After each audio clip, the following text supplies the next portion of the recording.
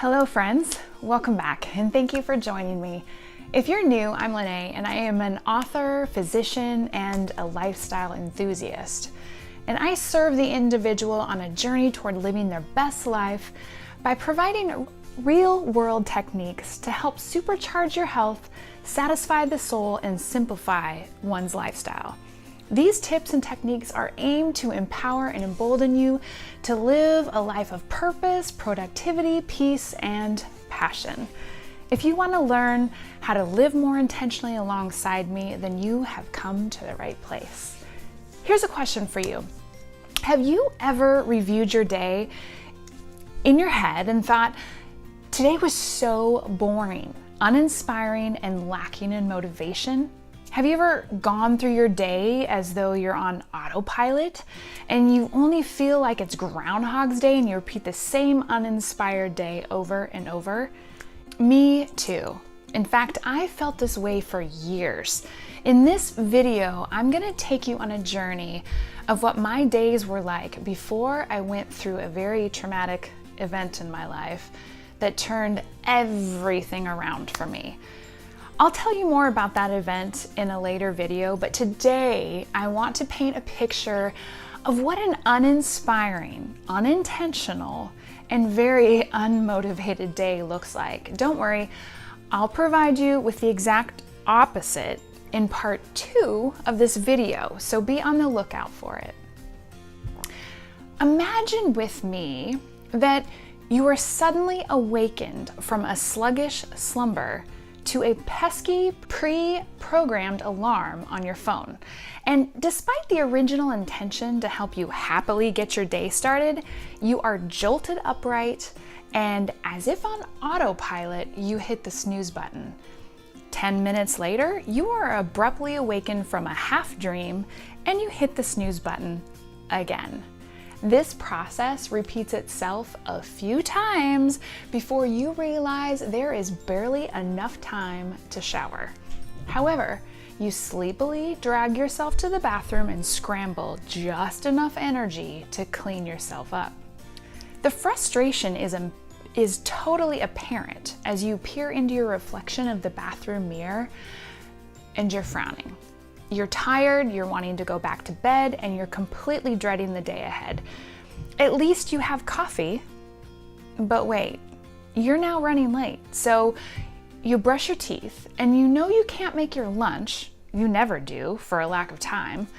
Breakfast may have to be soggy Cheerios and milk, or perhaps a bagel and cream cheese that you grab from a coffee shop with the nearest drive-thru. So as you rush to your car, you turn on the news, because that's what everybody does, right? And then you listen to the latest in killings and shootings and political unrest and adulterous affairs that have recently been uncovered in the media.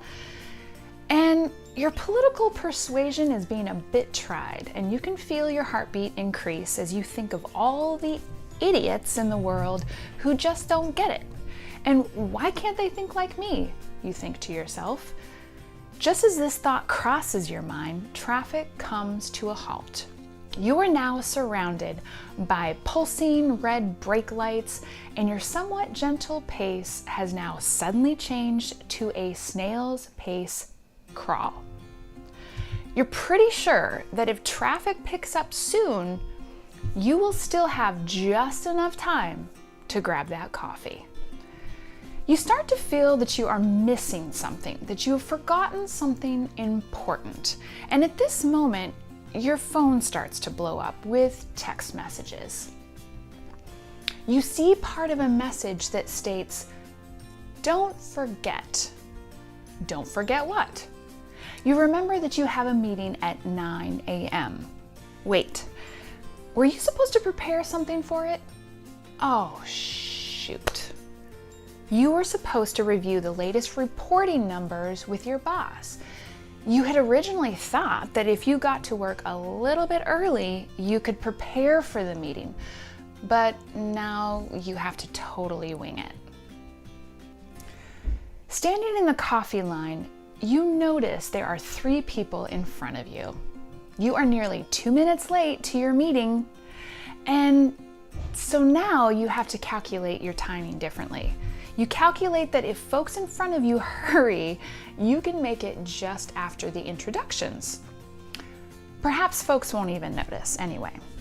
So however, as irony would have it, the reality is that it doesn't quite work out for you that way. You walk into your meeting 7 minutes late, bagel in hand, and everyone looks up at you as you hear yourself apologetically explain that there was traffic this morning.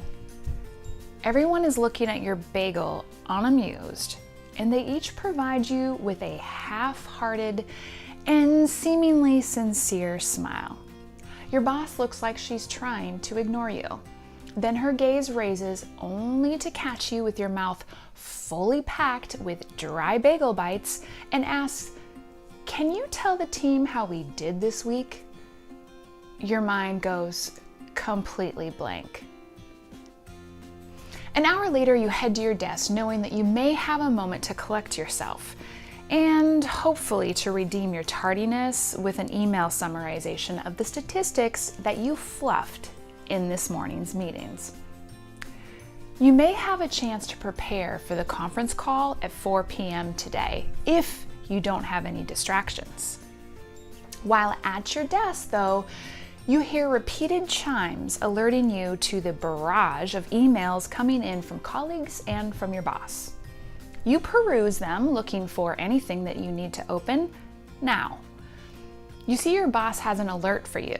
She is wondering if you will have the report ready for the conference call today, as your team is depending on you and your input to move forward. Of course, you'll have plenty of time, right? At this moment, a coworker steps into your office needing some assistance with a project. They take a seat. You oblige. You want to help, of course. You nervously look at your clock and you know that your time to prepare for the conference call is dwindling. You do see some texts come up on your phone at this same time. Your method of answering these texts while your coworker asks for help is simple multitasking, and you're serving 2 people at once, right? She'll just have to understand that you're needing to address a few things while she discusses her need for help. 45 minutes later, your coworker steps out of your office. You start working on your report and you realize that you have to ensure that you get copies for everyone before the meeting starts. You determine that 5 minutes will be enough time. As you calculate the time left to prepare, you get a text from a friend asking if you are coming to the party this weekend, noting that you haven't RSVP'd yet. Distracted, you quickly look at your calendar. You realize you have 2 other events that day, but you should be able to fit everything in if you don't linger too long at any event. You reply that you'll be there and assume that once you discuss it with your spouse later, he will totally understand and that he'll get it that you have to go. Wait, your spouse. You're supposed to be home at 6 p.m. for dinner tonight. You think you may be able to leave at 6 p.m. if you get out of your conference call on time. You decide that you will text your husband if you think the meeting will go later than that. Now you have exactly 4 minutes before the 4 p.m. conference call, and you still need to make copies. You dash to the copy machine and see that there is someone ahead of you who is making 150 copies of the company newsletter. You're irritated because your meeting is important and the newsletter can wait, right? You sharply ask if you can interrupt their copy job, knowing that she will just have to get it. She hesitatingly obliges and you start your copying. Then the copy machine, which hasn't been fed in a while, decides to chew up some of your paper and jam up your process. You fiddle with it for a couple of minutes, and now you are 2 minutes late. You finish your copy job and rush off to your meeting. Your boss is unamused. And Your boss chooses not to look at you as you enter the room. Chances are your boss is ignoring your tardiness and finds this more polite than addressing your rudeness in front of the team. She's probably right. Everyone is present and taking notes feverishly while on the conference call. Your presentation has been skipped as it was the first item on the agenda, and now Thomas is providing the newest marketing results from the latest launch. When your boss finally acknowledges you, she asks you to provide your department statistics. She asks you if you remembered to bring the next year's projections. Oh, shoot. Is that what her email was about? You didn't have time to check with her before you came to the meeting. You let her know that you can follow up with the projections in an email to all of those folks who are present on the call. She is not amused, but quickly dismisses your lack of preparation and moves on to the next presenter. It's now 6:15 p.m. You have 2 texts from your husband asking if you are on your way. You feel the need to stretch the truth and say you're headed to your car and that you couldn't text him because you are presenting in a meeting. He'll understand, right? You walk through the door at 7 p.m. Dinner is half eaten and cold. It's on the table and your husband is reading a book in the living room. He gets up to greet you, and then you get a "I'm only kissing you because I feel I have to" greeting at the door. You explain again that you did not plan to leave late. He grumbles something about how there is always something, blah, blah, blah. And now you're angry because he should be more understanding.